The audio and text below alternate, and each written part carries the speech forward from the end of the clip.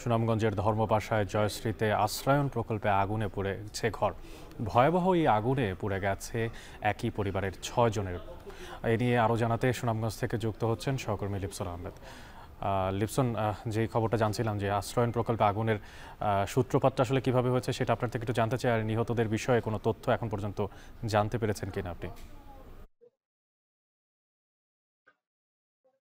আহ অনেক শুরুতেই যদি বলি, গতকাল রাতে কিন্তু ধর্মপাশার উপজেলার যে জয়শ্রী রয়েছে সেখানে কিন্তু সরকারি আশ্রয়ণ প্রকল্পের প্রায় মোট এ চ চ চ ৬৪ ঠিক ৩৪টি কিন্তু আসলে ঘর রয়েছে। সেই ঘরের মধ্যে কিন্তু আসলে মূলত মধ্যের যে ঘরটি রয়েছে সেই ঘরটিতে আসলে গতকাল রাতে কিন্তু আসলে অগ্নিকাণ্ডের ঘটনা ঘটে। প্রায় মধ্যরাতে এই অগ্নিকাণ্ডের ঘটনা কিন্তু একই পরিবারে কিন্তু সবাই আসলে ঘুমন্ত ছিলেন। তারপর কিন্তু আসলে তাদের চিৎকার শুনে কিন্তু তাদের পাশের যে মানুষগুলো রয়েছেন তারা কিন্তু ছুটে আসেন। কিন্তু সেই মুহূর্তে কিন্তু আগুনের তীব্রতা এতটা বেশি ছিল যে সেখানে কিন্তু আসলে তাদের এই যে ফায়ার যেহেতু দুর্গম এলাকা সেই সাথে কিন্তু স্থানীয়রা কিন্তু আসলে পানি নিয়ে এসে আগুনটা নিয়ন্ত্রণ করতে কিন্তু তাদের কষ্ট হয়েছে।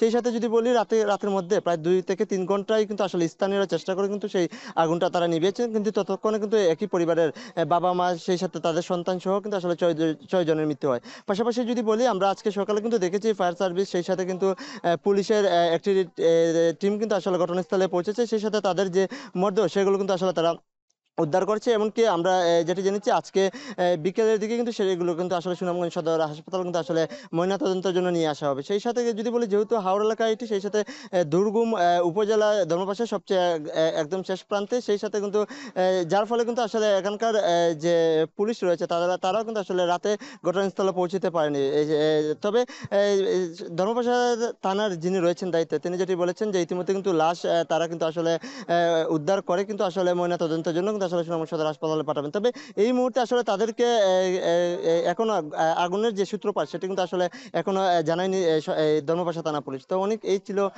আগুনের সর্বশেষ।